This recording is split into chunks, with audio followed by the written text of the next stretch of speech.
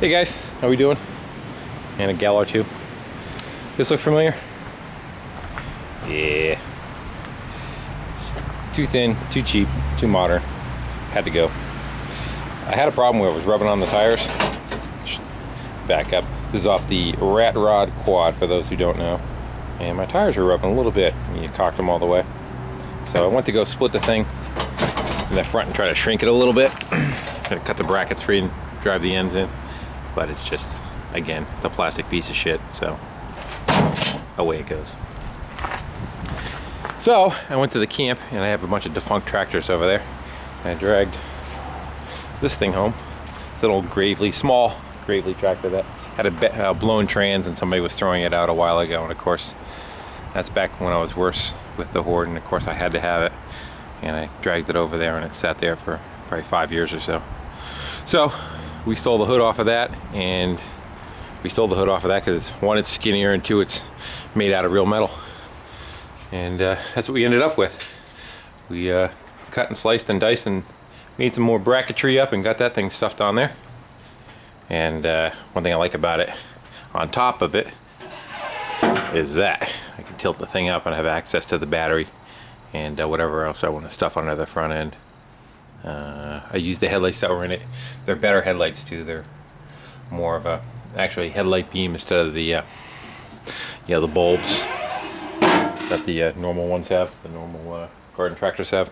So it's a little on the brighter side.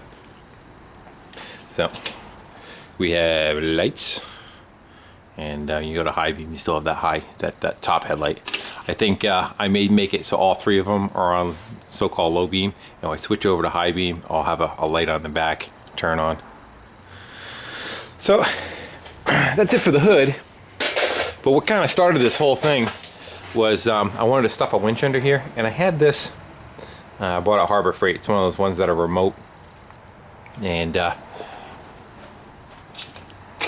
was going to use it, as I said, for a different project over at the cabin. I didn't get around to it. Not that I can't buy another one and do the same. What's kind of nice about it is, remember which way is which, I think B is out.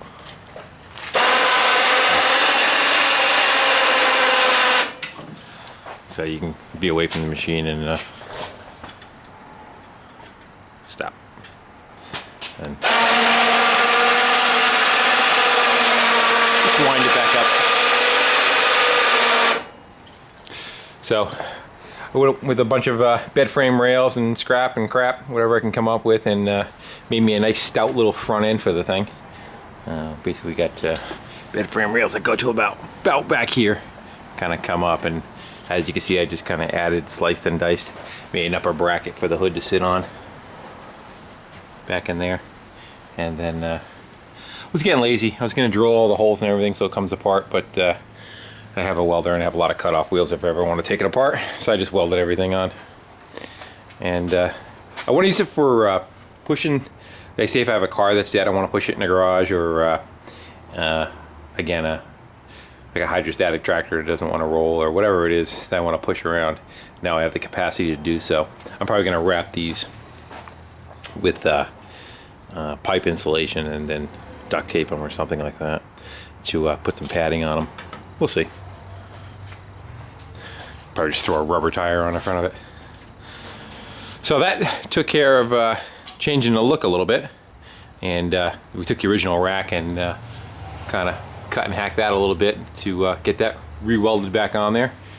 And I just welded it right to the hood with the plethora of extra sockets that I have. I can't throw them away, but I got to use them for something, so they make good spacers. So the rack back on it. Plus it's got this this piece here. You can actually flip it back up.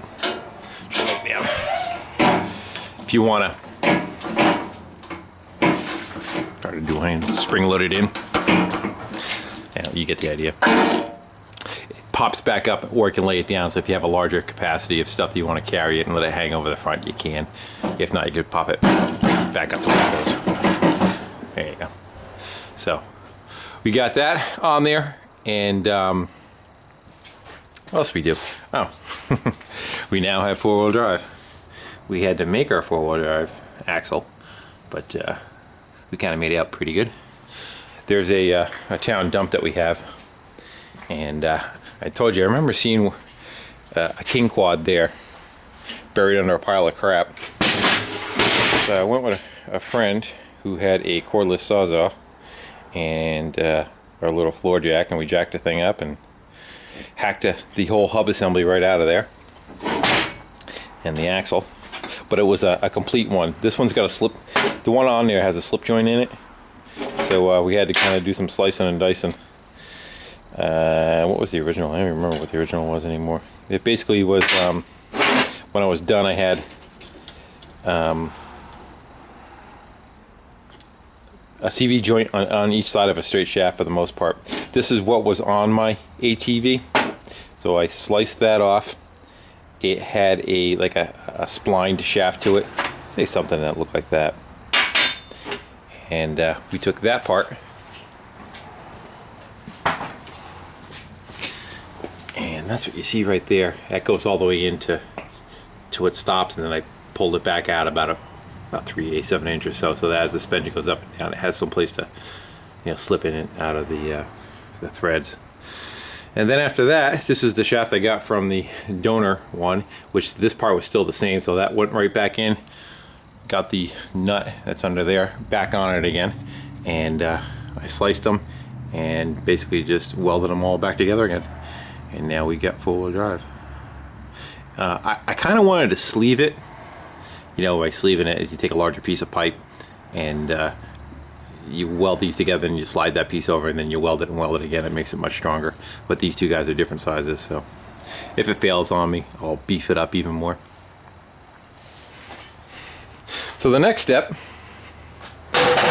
is going to be to get that air tank stuffed into the middle of the machine, and probably just have to, you know, cut loose the CDI and remount it so it swings in the upward motion, and probably some of the other hamburger electrical pieces on the other side up out of my way, just to create a little bit more space in the center there for the air tank. And I said the compressor will probably go in the front right there. I might even have enough room to stuff the thing right in the front. We'll see. Gotta play a little bit, but that's where we are. I think it gives it a little bit better look. I kind of like the length of the other hood better over this one, but I'm getting used to it the more I look at it. Looks good from the front. And this one's like, I think the other hood was 20 inches wide. This one's like 17 inches wide, so there's no interference with the tires at all when you go and you turn them. Plus I wanted some more weight in the front end. It kind of needed it. That's why I had talked in the very beginning I was going to hang a plow on the front of it, but I'm not going to do that. I just don't need it. I have so many other things that have plows on it that it's just a waste.